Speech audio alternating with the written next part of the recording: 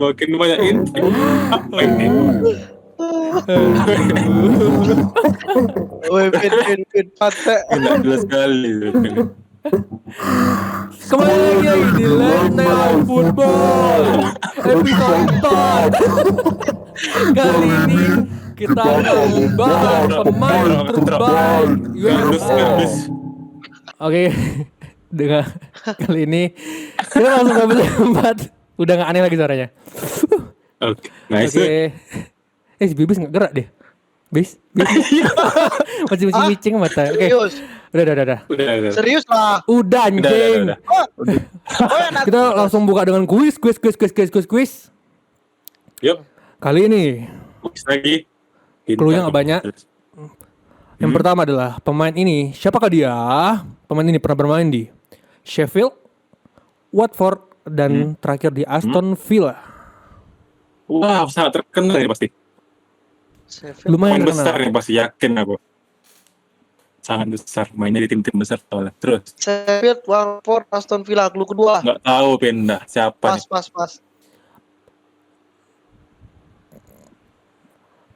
Clue tambahannya, paling terkenal bermain ketika bermain di Aston Villa dengan caps yang banyak, lebih dari 200.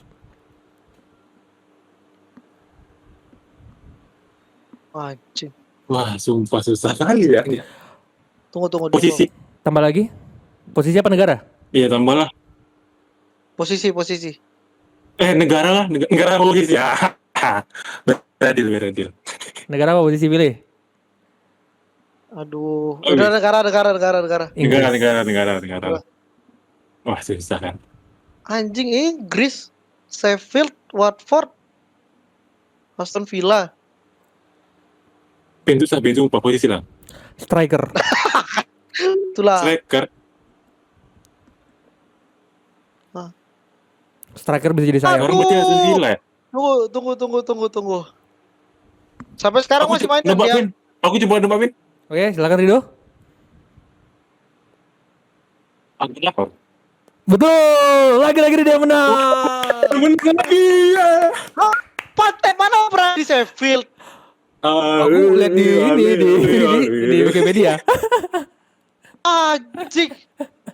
Soalnya capsnya banyak, siapa lagi? Capsnya paling banyak di Aston Villa. Aku pun nggak tahu sumpah. Enggak masa pantai. Anjing lah.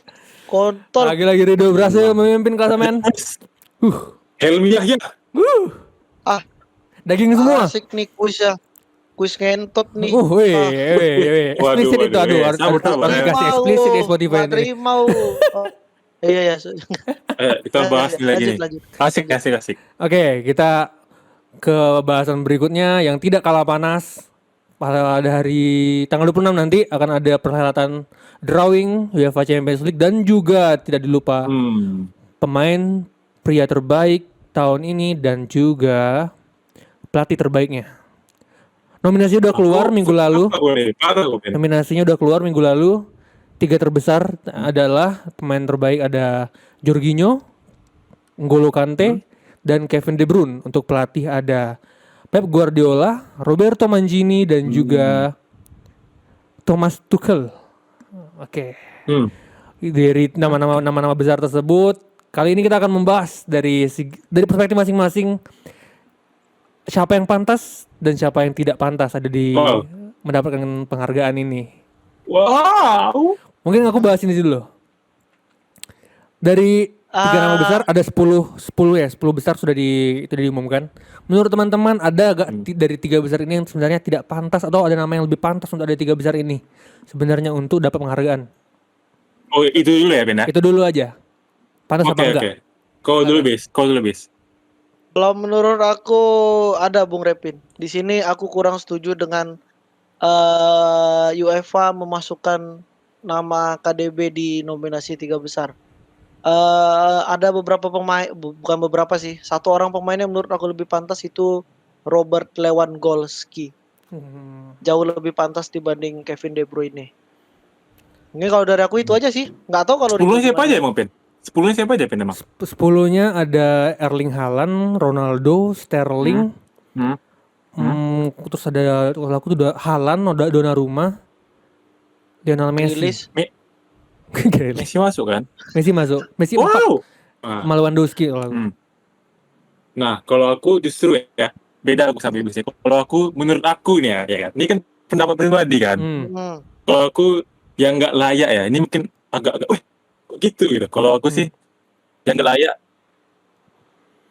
dua pemain sih, Jorginho sama De Bruyne, menurut aku nggak layak. Aku lebih cocok Messi sama Lewandowski kalau aku. Oh, menarik. Bentar.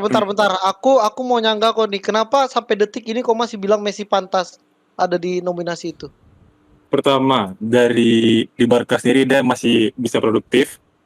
Barca juga dapat, walaupun cuma dapat Copa del Rey, oke.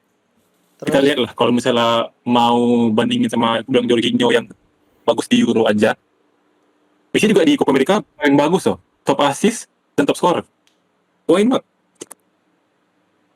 Kalau menurut Kenapa aku nggak masuk? justru gini loh Doh. Kalau menurut aku Messi itu nggak pantas masuk di musim ini karena yang pertama otomatis dia dibanding pemain lain kalah dari segi prestasi.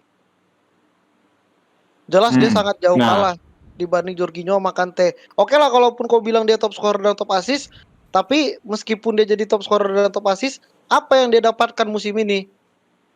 Cuman Copa del nah Rey itu loh dia, Doh. Bis. Nah itu dia. Kalau kau mau bahas prestasi, sebenarnya ini penghargaan yang nggak jelas, Bis. Sangat-sangat Nah. subjektif. Kalau dari musim-musim lalu tuh memang nggak ada pemain yang kayak tiba-tiba. Misalnya, kayak tahun berapa ya? Let's say 2010 lah, waktu Sneijder. Menang nggak dia? Let's Enggak. say, Nanti gini dulu. Nanti ya. Dan Gini dulu. ini kan Kita Iblis kan kita bahas. cukup pilih nama dulu aja. Nanti ada Oh, gitu aja. ada Oke. pertanyaan berikutnya. Pilih nama Oke, yang oke. pantas dan tidak dulu aja. Tunggu Aku udah Ben. itu ya, Kau- itu. Sekarang pilihan kau lah. Oke. Kalau aku mungkin De Bruyne kurang pantas, lebih pantas Lewandowski ya dari 3 itu. Oke.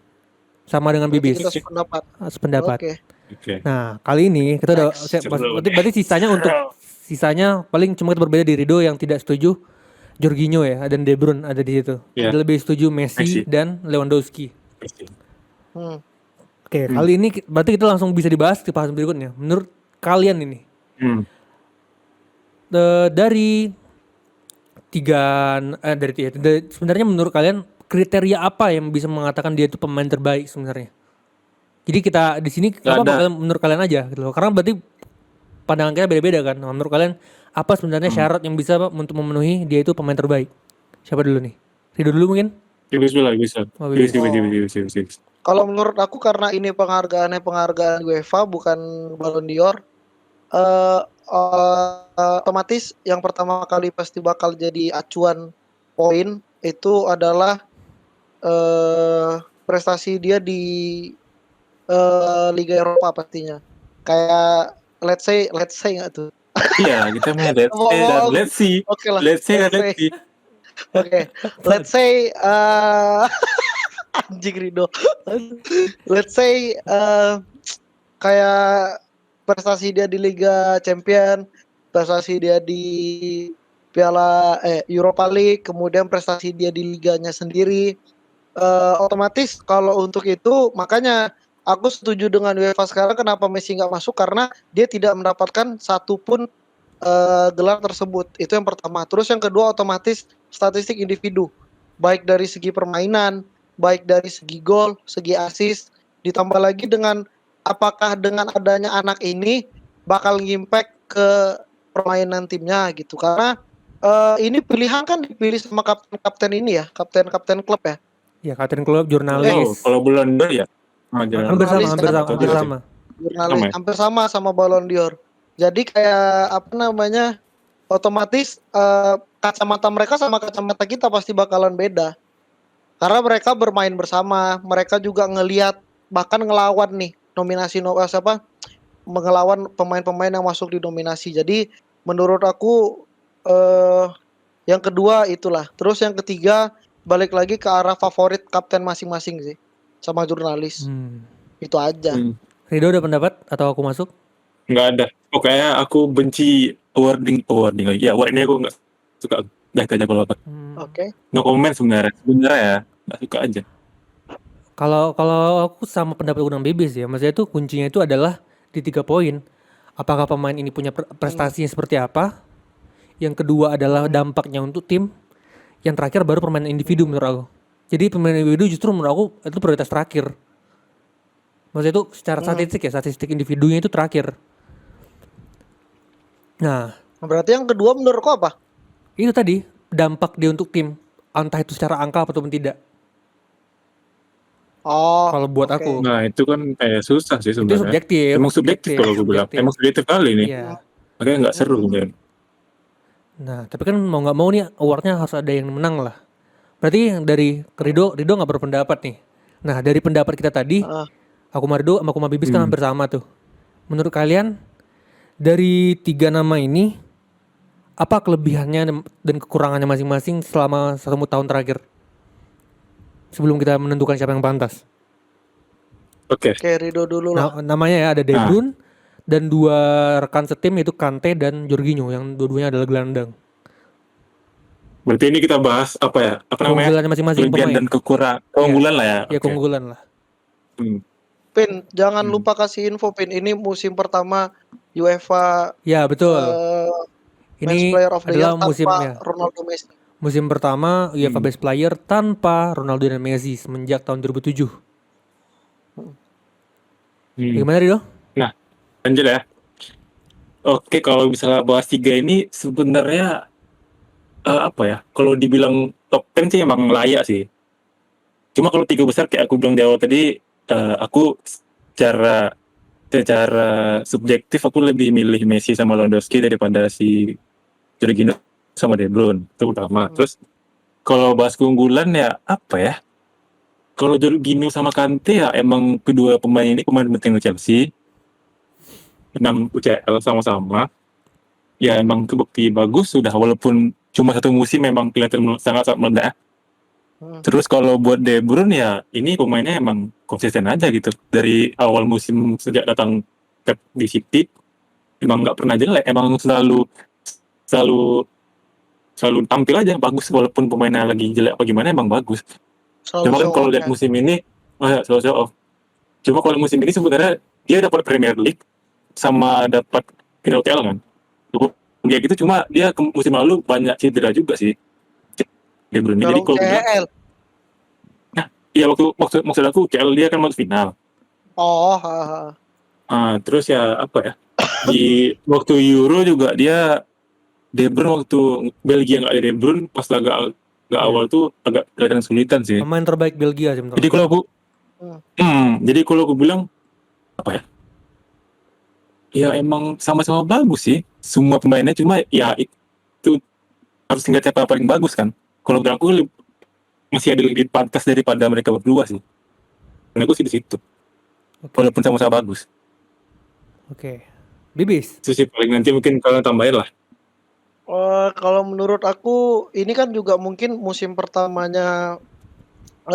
Aku mau nambahin info di musim 2018 itu pemenang UEFA Men's Player of the Year itu kan Luka Modric di 2018 ya. Tahun lalu Van Dijk. Tahun lalu Van Dijk. Jadi kayak ini bukan Messi Ronaldo Award lah. Nah, di antara 3 pemain itu 3-tiganya berposisi sebagai gelandang. Tapi itu kayaknya baru pertama kali juga lah.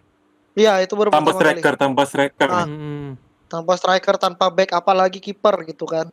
Ini untuk pertama kalinya 3 nominasi pertama nominasi 3 besar itu diisi oleh gelandang. Nah, di antara 3 gelandang ini kalau menurut aku, kalau tadi Rep nanya kelebihan dan kekurangannya, 3 gelandang ini 3 gelandang dengan tipikal yang berbeda, Pin. Kita lihat Jorginho. Jorginho itu adalah seorang gelandang tipikal regista. Dia ini adalah pemain yang mengatur tempo permainan. Dia tipikal gelandang yang nge-build up serangan dari awal. Dia pemutus serangan pertama ketika timnya diserang, dia jadi pemutus serangan pertama. Nah, sebelum masuk ke back ya maksudnya. Terus ketika tim mulai menyerang, Jorginho ini dia yang nge-build up serangan dari belakang menuju ke depan. Jadi bisa dibilang ini kayak sebenarnya posisinya 11-12 sama playmaker, tapi let's say lebih dalam aja dia. Dia lebih dalam. playmaker yang lebih dalam mainnya. Let's say untuk posisi Regista sekarang Jorginho yang terbaik di tahun ini. Nah, terus kita masuk ke N'Golo Kante. Kante ini tipikal the ball winning midfield. Ball winning midfield ini pemain-pemain yang agak barbar. Pemain-pemain yang apa ya istilahnya? Ketika dia duel intinya dia harus Skor lah. benang dapat bola aja. Dia nggak takut, dia kayak apa ya jatuhnya? Kalau di Indonesia kita punya Haryodo. Oh, Gitulah galak kasarnya. pengangkut air. Iya, pengangkut air. Nah, ditambah lagi dengan pemain-pemain tipikal si Kante ini, ada Casemiro, ada Busquets, dan juga di zaman dulu tuh ada Gattuso. Ini tipikal gelandang, tipikal mainnya Kante itu seperti itu. Dan di musim ini kita ngelihat duet Jorginho Kante emang sangat bikin emang sangat-sangat kelihatan di Chelsea kerjasamanya mereka berdua nih emang bikin lini tengah Chelsea jadi ditakutin sih di Eropa. Nah, terus masuk ke yang ketiga, itu ada Kevin De Bruyne. Itu dengan posisi sebagai gelandang playmaker murni, yang kadang juga di masanya Pep Guardiola itu dia bermain sebagai false nine, kadang ya. Kadang dia dimainin sebagai false nine. Dia nih salah satu gelandang lengkap, bisa nyetak gol, bisa ngasih assist, punya visi bermain yang oke. Tapi itu kan tadi aku bahas semua kelebihannya ya dari 3 gelandang. Nah, kalau aku masuk ke kekurangannya adalah De Bruyne ini bukan Messi. Tapi dia dipaksa bermain Juga bukan Messi. Sabar. Kok Aku juga bukan Messi. dulu. Jangan tuduh aku Messi. Tunggu dulu. Bukan Ini Messi. kayaknya kamu kan Aku Calhanoglu. bukan Messi, Bis. Tunggu dulu anjing. Tunggu. De Bruyne ini bukan Messi. Tapi di City, di bawah Guardiola, dia dipaksa bermain sebagai seorang Messi. Mungkin nggak banyak orang yang sadar. Itu sepenglihatan aku ya, seanalisa aku tuh De Bruyne ini dipaksa main jadi Messi. Respect. Messi-nya City tapi. Nah, kekurangannya De Bruyne ini dia kelebihannya lagi tambah konsisten. Kekurangannya dia dalam hal bertahan Bukan dia Messi. dia kurang. Enggak, tunggu dulu anjing. Oh, bukan. Ini kalau kita bahas sama anjing kau sama formasi dia di City maksudnya. Nah, terus sebenarnya nggak banyak kekurangan lah dari De Bruyne ini. Salah satu playmaker yang paling oke sekarang. Masuk ke N'Golo Kante. Kante ini dia tidak terlalu memiliki visi bermain. Kekurangannya ada di situ. Tapi dari segi fisik dia nih bernafas babi seperti teman kita Desmond. Aduh. Kenapa main inside joke anjing. Mau jauh kali. Gak ada yang tahu, Bis. Siapa yang tahu? Desmond. Oh iya. Enggak kan nanti kalau teman-teman kita dengar tahu tuh. Desmond. Terus dia nih jatuhnya sama kayak Park Ji-sung di zaman dulu ya. Dia punya nafas yang cukup panjang. Terus jarang kalah dalam duel one on one. Selalu berhasil. Masih ngomong nih. Iya, sabarlah anjing. Jarang-jarang aku pula sih Bibis ya.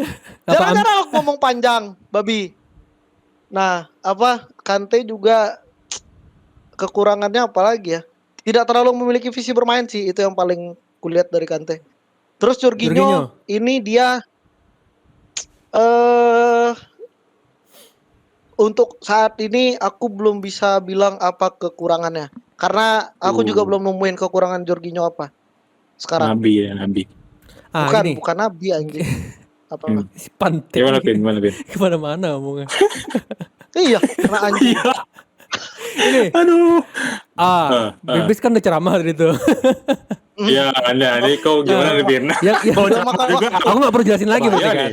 Aku nggak perlu jelasin lagi kan. Ya berarti sebenarnya yang kunci yang aku pertanyakan itu adalah setahun terakhir sebenarnya tuh kelebihan yang kurangnya apa selama setahun terakhir? Nah, aku coba jawab di sini ya. Kalau buat aku setahun terakhir Jorginho dan Kante akhirnya menemukan dinamiknya mereka di bawah Tuchel. Di bawah Sarri dan Lampard belum ketemu. Jadi beda formasi soalnya. Ada pendapat yang bilang Jorginho dan Kante ini cuma bagus di separuh musim terakhir. Dan aku setuju aja.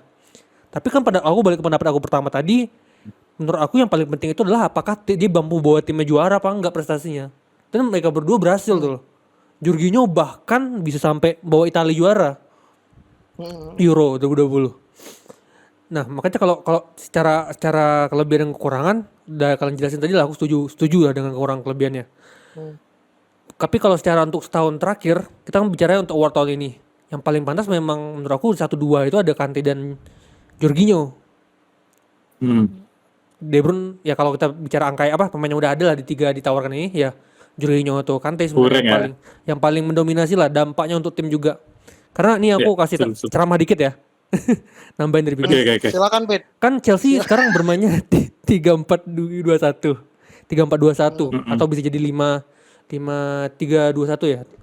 Wah, ini poin aku nih tadi. Ya. Mereka ini adalah gelandang serba bisa. Dipaksa jadi gelandang serba bisa di Chelsea. Karena sebenarnya ketika bermain 3-4-2-1, lini tengah cuma dipegang sama mereka berdua. Kante ataupun Jorginho, yang artinya mereka bahkan bermain benar-benar harus bisa komunikasi baik karena ada ruang yang sangat luas ketika lagi Chelsea lagi menumpuk pemain 5 striker 5 penyerang ke depan. Jadi 3-2-5 ketika mereka menyerang. Yang artinya area coverage mereka ini sangat luas. Nah, menurut aku tuh ini keunggulan mereka berdua adalah kenapa Chelsea bisa juara, kenapa Jorginho bisa bawa Italia juara adalah karena mereka berdua ini gelandang komplit loh. Bahkan Jorginho pun menurut aku sebenarnya bisa jadi jangkar dengan kemampuannya dia untuk mengcover Jorginho. Mungkin kayak ini ya, mirip dinamiknya Verratti dan Jorginho pas Euro kemarin di Chelsea mereka. Benar. Oke. Kita udah coba buka kulit-kulitnya dari 3 pemain ini. Nah, sekarang kita masuk ke nama. Kalau kalian boleh memilih, kalau seandainya kalian adalah penentu mendapat awardnya, siapa yang pantas dapat? Itu dibahas sih di awal. I will give it to Jorginho. Tapi kan kita belum kasih nama. Udah pasti. Kita punya nama kan? Belum ya? Kita belum kasih nama siapa yang pantas dapat. Kita cuma bahas pemain kriteria seperti apa yang harusnya dapat kan. Di bis Jorginho, kalau aku Kante sih. Kante. Kenapa tuh Dok? Kok dari tadi di episode ini belum banyak ngomong? Apakah kok gak terlalu tertarik nih sama award ini? Sebenarnya iya, Bis. Itu pertama ya. Sorry ya. Ini kayak terlalu jauh sebenarnya. Cuma aku memang gak suka aja gitu sama awarding individu. Ya, bahasa basi gak jelas sih kalau menurut. Ini sorry agak jauh ya. Soalnya tahun 2010. Coba menurut kalian kayak yang juarain siapa pemain terbaiknya? Sneijder. Salah, Diego Milito yang menang. Sih, aneh kan? Aku ya. Gimana ya? Nggak ngerti juga sebenarnya ini award ini emang benar-benar subjektif. Jadi ya agak malas sebenarnya kalau mau dibahas. Cuma ya gitulah. Yaudah ini jadi kolom kami berdua aja dulu ya. Ya enggak, itu tetap berpendapat. Bukan, aku tetap pakai berpendapat. Iya, kok kan tetap berpendapat. Jadi kalau aku tanya alasan kenapa bisa mengunggulkan Kante dibandingkan 2 pasangan lainnya kenapa? Keunggulannya dia dalam tahun terakhir. Kante ya, kalau gue bilang ini pemain big game players lah. Soalnya kalau kita bahas yang masalah juara kan Chelsea kan juara UCL. Nah di UCL Kante pemain yang paling berpengaruh di UCL sama Chelsea. Terbukti dari babak aku lupa lawan Porto. Kalau aku highlightnya pas di lawan Madrid sih gila itu. Nah 8 besar Modric, dia MVP. Casemiro, Kroos diketein semua sama dia. Semifinal dia MVP juga. Dan final dia MVP juga. Jorginho kemana? Ya itulah. Makanya kenapa aku bilang Kante, karena ya kalau kita bahas masalah Chelsea juara kan UCL nih. Dan di UCL yang paling berpengaruh Kante. Makanya aku milih Kante. Kenapa dia di Piala Eropa? Sebenarnya Kante nggak jelas di Piala Eropa. Cuma karena dia hancur aja. Makanya jadi nggak juara. Sebenarnya dia bagus juga. Oke. Itu yang apa aku bilang Kante. Kalau KDB ya enggak lah. Enggak dulu lah. Oke. Bibis. Bibis dulu atau aku dulu? Aku kan udah, aku milih Jorginho. Aku nggak mau ngasih pendapat apa-apa, itu ya Jorginho udah. Oke, aku coba bicara ya. Karena isi kepala Bibis mungkin sama dengan aku ya. Kalau boleh ngasih milih nih, aku yang ngasih piala aku ngasih ke Jorginho. Karena buat aku tadi adalah paling penting itu adalah prestasi buat tim. Dan aku pribadi ini mungkin ada subjektifnya, tapi kita nih soal media ini kan terlalu cinta dengan angka kan, jumlah gol, jumlah assist, jumlah key pass, jumlah intercept.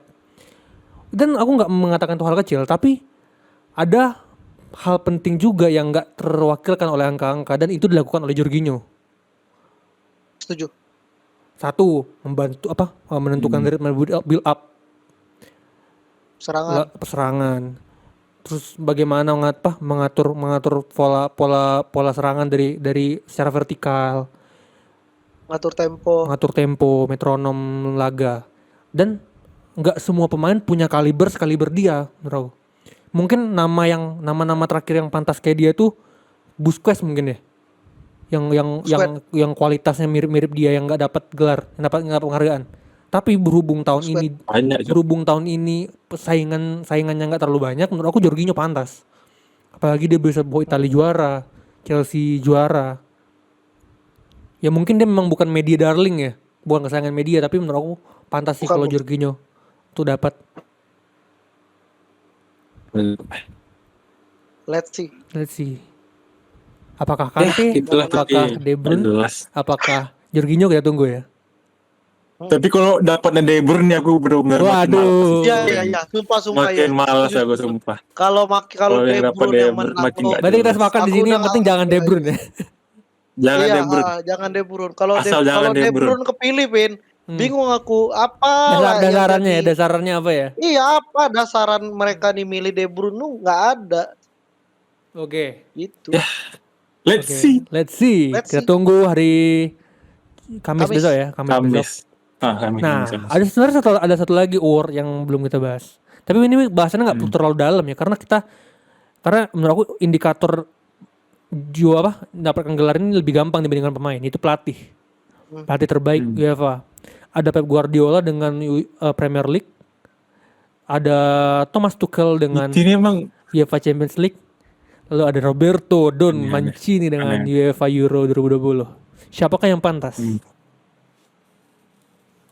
Aku lagi pertama nih. Pokoknya jangan Pep. Dia benci City kayaknya. Enggak, soalnya kayak mana ya? Bukan kayak mana-mana nih. Cuma udah bosan sama pemainku tuh mahal-mahal semua Pep gitu loh. Enggak juara juga kok ngapain gitu. Kalau enggak juara aneh sebenarnya. Iya, setuju dong. Kayak apa ya, materi pemain Pep tuh baik pemain inti maupun yang di bench itu materi sama aja. Treble winner doh harusnya. Semua resabel harusnya. Tapi makanya what's wrong with Pep di City kita nggak tahu lah. Oke. Let's see. Bagaimana dengan Allenatore Italia dan pelatih Jerman? The Blues. Nah ini sih aku sebenarnya agak bimbang sama dua nama nih kalau aku. Soalnya kan kita bicara satu musim terakhir nih kan. Sementara si Tuchel ini baru megang setengah musim dan emang langsung nampak gitu loh. Apa namanya? Perubahan. Efeknya itu nyata gitu perubahannya. Unggulnya di situ kalau Tuchel. Sementara kalau Mancini sebenarnya dari semenjak siapa pelatih yang kayak tadi itu Ventura. Ini Ventura. Yang bikin Ventura. Yang lagi kalah 1-0 ini maksudnya De Rossi. De Rossi marah-marah gitu kan, itulah. Nah itu sebenarnya kan dari situ kan dia emang udah merubah permainan Italia lah, dari yang awalnya Catenaccio gitu berubah jadi modern ya? Kan. Emang jadi benar-benar dinamis lah, emang dia tahu gitu fungsi pemain itu apa dia tahu. Cuma kalau kita satu musim, sebenarnya kalau aku sih dalam hati yang paling dalam pengennya Mancini ya kalau aku. Karena ya juara Euro, tadi udah lama juga nggak juara Euro, malah nggak pernah 90 kayak terakhir. Cuma kalau kita bahas satu musim, kayaknya emang yang paling berdampak sih Tuchel. Nah, kayaknya sih. Kalau aku Tuchel, cuma pengennya Mancini kalau aku. Secara Tuchel. Berarti aku setuju dengan Rido sih. Maksudnya iya Pep, kan? untuk biar setahun terakhir Pep ini bukan hal spesial. Maksudnya tidak ada hal baru yang dilakukan sama dia lah. Tapi untuk Tuchel dan Mancini sama setahun terakhir, mereka benar-benar melakukan improvement buat squadnya. Tuh terlebih kalau aku buat respect buat Tuchel sih. Maksudnya dia megang tim yang udah jadi loh, dia nggak buat apa-apa, dia nggak ngasih apa-apa, tiba-tiba bisa juara. Itu poinnya. Kalau aku sih Tuchel mungkin yang pantas. Tuchel juga, Bin. Tuchel. Tapi emang agak susah sebenarnya. tanpa ini dengan hormat untuk Roberto Mancini ya. Tapi Iya, Tuchel- makanya aku respect banget sama Mancini soalnya. Tuchel melakukan hal yang lebih sulit karena dia tidak melakukan perubahan apa-apa. Dia cuma dikasih nih tim bukan juara. Tapi kan kalau Roberto Mancini dia bukan secara gradual kan, secara pelan-pelan. Udah 3 tahun. 3 tahun dia bikin tim dan bikin cara bermainnya. Walaupun yang berubah Apalagi itu drastis. pilihan bedanya lagi Tuchel sama Mancini itu Tuchel dikasih tim yang apa ya bisa dibilang ini tim bener kata Repin tadi kan. Iya, Sementara bener. Mancini ngebangun tim itu kan 3 tahun dan itu semua pilihan dia sendiri. Iya.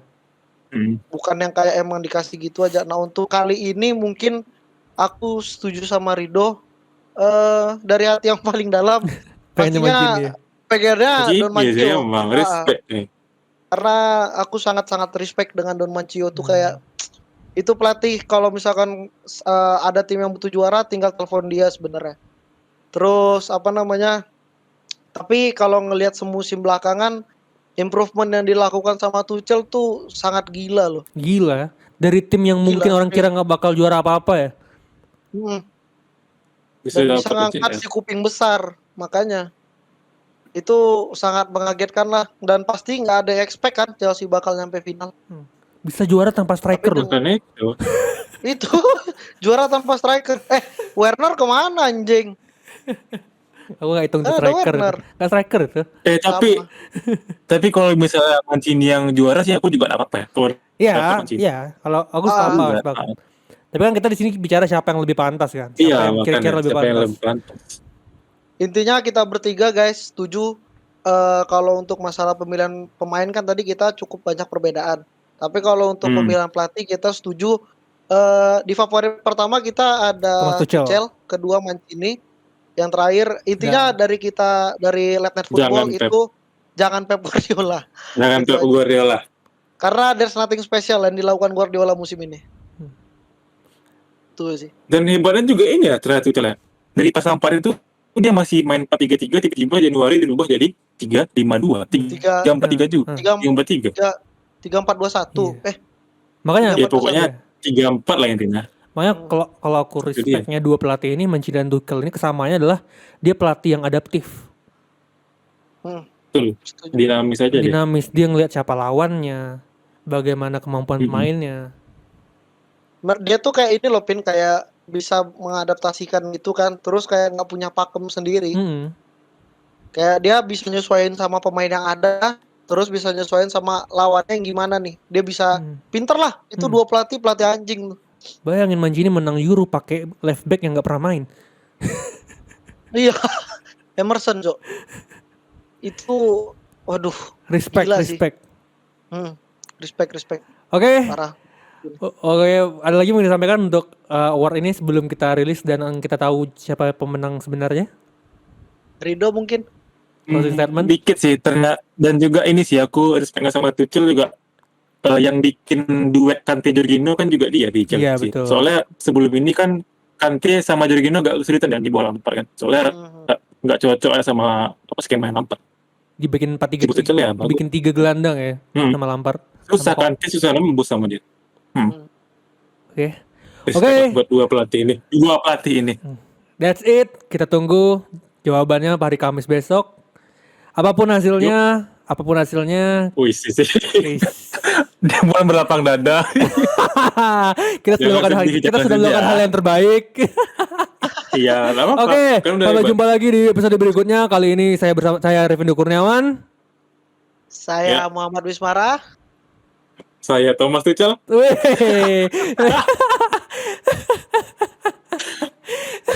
Sampai jumpa. See you guys. See you.